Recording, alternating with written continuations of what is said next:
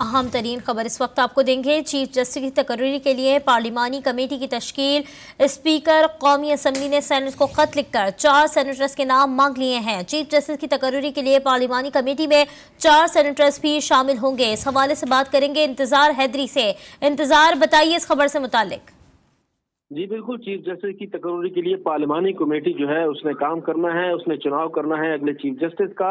اس حوالے سے 12 رکنی کمیٹی بننی ہے جس میں 4 سینیٹر جو ہیں ان کا ہونا لازمی ہے، کیونکہ 26ویں آئینی ترمیم ہوئی ہے اور 26ویں آئینی ترمیم کے بعد یہ اب لازم ہے کہ پارلیمانی کمیٹی بنے اور پارلیمانی کمیٹی اگلے چیف جسٹس کا چناؤ کرے، اس کا فیصلہ کرے۔ تو اس وجہ سے اسپیکر قومی اسمبلی نے چیئرمین سینٹ کو بھی خط لکھا، اس کے ساتھ تمام پارلیمانی جماعتوں کو بھی خط لکھا اور ان سے نمائندگی مانگی گئی ہے کہ اپنے اپنے ممبران کے نام جو ہیں وہ دیے جائیں، کون کون سے ممبر ہوں گے ان کا بتایا جائے، تاکہ جلد سے جلد یہ کمیٹی جو ہے وہ تشکیل دی جائے اور جلد سے جلد اس کام کو جو ہے وہ پایہ تکمیل تک پہنچایا جائے۔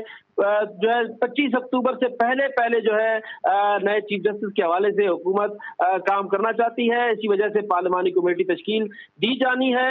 چیف جسٹس کی تقرری کے لیے پارلیمانی کمیٹی میں 4 سینیٹرز جو ہیں وہ شامل ہوں گے اور 4 سینیٹرز کے لیے اسپیکر قومی اسمبلی نے چیئرمین سینٹ کو خط لکھا ہے۔ چیئرمین سینٹ سید یوسف رضا گیلانی کو لکھے گئے خط میں اسپیکر قومی اسمبلی کی طرف سے یہ کہا گیا ہے کہ تمام جماعتوں کی طرف سے جو ہے وہ نمائندگی بھجوائی جائے، کیونکہ مساوی نمائندگی ہونی ہے حکومت اور اپوزیشن کی، اس لیے تمام جو جماعتیں ہیں ان کے ساتھ مشاورت کر کے جلد سے جلد نام بھجوائے جائیں۔ 4 نام اب سینٹ نے بھجوانے ہیں۔ اسپیکر قومی اسمبلی نے صرف خط چیئرمین سینٹ کو نہیں لکھا بلکہ تمام پارلیمانی لیڈرز کو بھی یہ خط لکھا گیا ہے۔ اسپیکر قومی اسمبلی کی طرف سے مسلم لیگ نون، پاکستان پیپلز پارٹی، سنی اتحاد کونسل اور ایم کے پارلیمانی لیڈرز کو خطوط ارسال کیے گئے ہیں۔ JUI کو بھی جو ہے وہ خط ارسال کیا گیا ہے کہ اپنا نام جو ہے وہ بھجوائیں۔ اسپیکر قومی اسمبلی نے چیف جسٹس کی تقرری کے لیے پارلیمانی کمیٹی تشکیل دینی ہے۔ اس پارلیمانی کمیٹی کی تشکیل کے سلسلے میں اب تک جو نام سامنے آئے ہیں وہ صرف اور صرف ابھی پیپلز پارٹی کے نام سامنے آئے ہیں۔ پیپلز پارٹی کی طرف سے 4 نام جو ہیں وہ بھجوا دیے گئے ہیں۔ یہ 4 نام جو ہیں وہ اسپیکر قومی اسمبلی کے علاوہ چیئرمین سینٹ کو بھی بھجوائے گئے ہیں۔ پیپلز پارٹی کی طرف سے جو قومی اسمبلی میں نمائندگی کے لیے نام بھجوائے گئے ہیں وہ 2 نام ہیں۔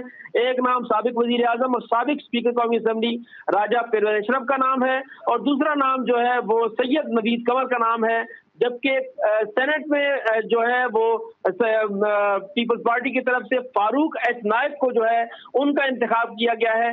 پیپلز پارٹی کی طرف سے سینئر ترین نام جو ہیں وہ دیے گئے ہیں۔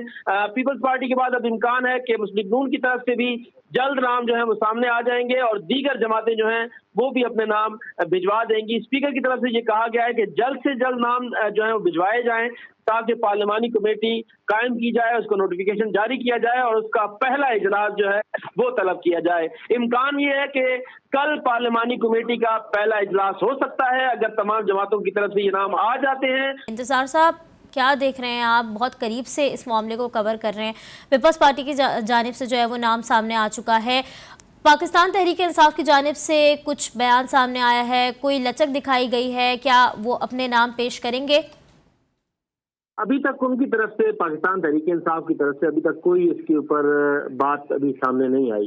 گزشتہ روز انہوں نے واک آؤٹ کر دیا تھا ان کی طرف سے، ابھی تک اس کے بعد سے کیونکہ وہ اس عمل میں انہوں نے مخالفت کی ہے، بہرحال مخالفت کی ہے، مخالفت میں ووٹ دیا ہے، وہ اس عمل کا حصہ بن چکے ہیں۔ پارلیمانی امور میں پارلیمانی جو پریکٹس ہے اس میں آپ حق میں ووٹ دیں یا مخالفت میں ووٹ دیں، کم از کم آپ اس پروسیس کا حصہ ہو جاتے ہیں۔ اور PTI نے بائیکاٹ کرنے کے بجائے، چاہے وہ علامتی طور پر یا صرف 12 ارکان کے ساتھ وہ آئے، لیکن انہوں نے اس پروسیس میں حصہ لیا، انہوں نے اس معاملے پر جو ہے وہ تقریریں کی ہیں، بحث میں حصہ لیا ہے۔ آپ دیکھیں کہ ایک طرف وہ بحث میں حصہ لے رہے تھے، دوسری طرف محمود خان اچکزئی وہ ایوان میں آئے ہیں، انہوں نے مشاہدہ ضرور کیا ہے لیکن انہوں نے حصہ نہیں لیا، نہ تو انہوں نے ووٹ میں حصہ لیا، نہ انہوں نے کوئی تقریر کی ہے، مطلب اپنا کوئی